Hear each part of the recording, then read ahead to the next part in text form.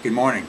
I'm very excited this morning to share with you my underwater bubble project that I've been working on all summer.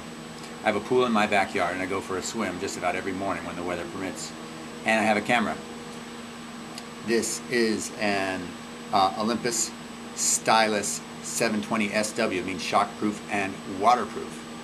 So every morning before I started doing the camera project, I would dive into my pool from the shallow end, and I would dive in and then swim to the deep end and then slowly come up as I reached the deep end.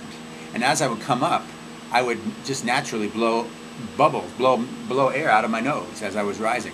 And what I noticed is if I was rising at a certain speed, the same speed as bubbles rise, this bubble would form and grow and rise with me as I would come to the surface.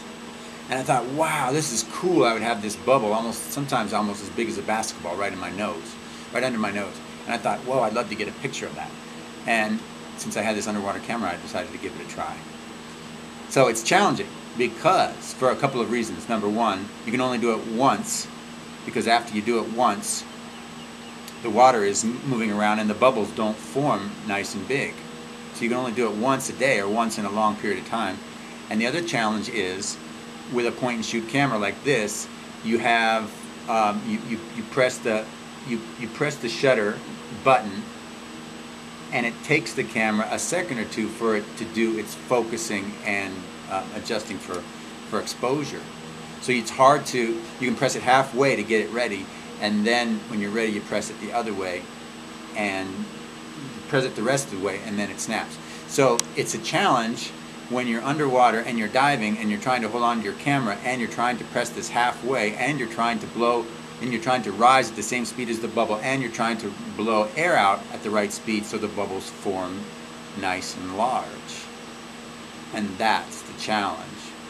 So without any further ado, I'm going to shoot the rest of this. This camera also shoots video, so we're going to shoot the rest of this vlog on the video using footage from my point and shoot. So come on, let's go get wet. Alright, so here's my pool.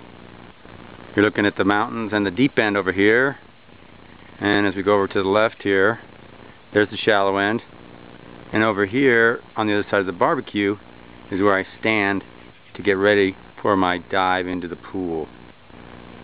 I run from here, dive into the shallow end, down deep, and then rise up in the deep end at the same speed as my bubbles and shoot the picture down here. So, without further ado, once again, let's get wet. So I have the camera in my hands, holding it with two hands with the strap around my left hand. See that? I don't know if you can see that.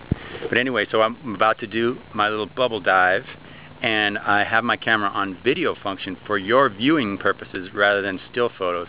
So hopefully you'll see the whole process and you'll see me rising up. You'll see me dive into the pool and rise up in the deep end and see the bubble form in front of my face. That's the plan. Are you ready? Here we go. Now, as I mentioned, you only get one chance at a really big bubble because once the water has been disturbed, the big bubbles don't form. So here we go.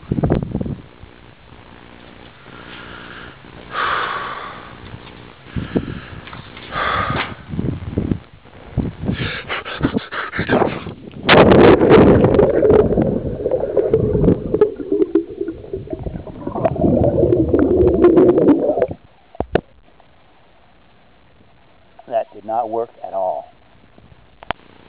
So here we are, day number 2. I've been doing a couple of mental rehearsals here, standing in front of the pool. Slightly different than with shooting video than with doing stills, so hope we do better than yesterday. I'm sure we're going to do better than yesterday. Here we go.